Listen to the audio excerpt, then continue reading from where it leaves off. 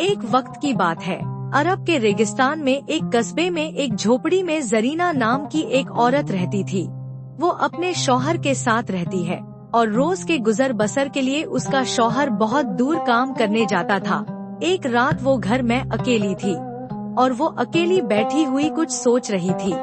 अचानक से वो कुछ सोचकर खड़ी होती है और चिराग उठाकर बोरी में पड़ी कोई चीज उठाती है। वो चिराग लेकर रेगिस्तान के अंधेरे में निकल पड़ती है और डरी हुई चलते हुए यहाँ वहाँ देखने लगती है। जरीना चलते चलते रेगिस्तान में बहुत दूर तक आ जाती है।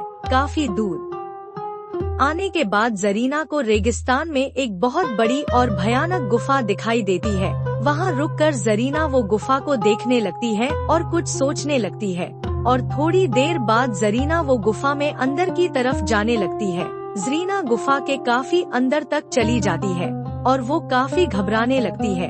गुफा में काफी अंदर आने के बाद वो यहाँ वहाँ देखने लगती है और सोचने लगती है कि ये शायद वही जगह है जो मैंने सपने में देखी थी। जरीना को ऊपर की तरफ एक छोटी सी एक और गुफा दिखाई देती है और वो वहाँ जाने की कोशिश करने लगती है। छोटी गुफा में घुसकर जरीना चिराग की रोशनी से यहाँ वहाँ देखने लगती है। सकरी गुफा होने की वजह से जरीना झुककर आगे की तरफ जाने लगती है। आगे बढ़ते ही जरीना को एक रोशनी दिखती है और वो वहाँ जाने लगती है।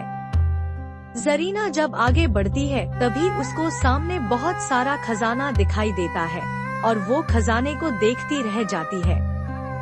खजाने के पास आकर वो खजाने को ध्यान से देखने लगती है और बहुत ज्यादा खुश हो जाती है और सोचने लगती है कि अब हम गरीबी भरी जिंदगी नहीं गुजारेंगे।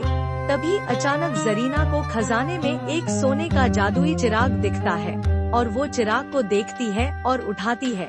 जैसे ही जरीना चिराग को हाथ में लेती है तभी चिराग में से धुआं निकलने लगता है और वो बहुत घबरा जाती है। और तभी एक बड़ा और खतरनाक जिन चिराग में से बाहर आने लगता है और ये देख जरीना बहुत चिल्लाने लगती है और वो जिन जरीना को चारों तरफ से घेरने लगता है।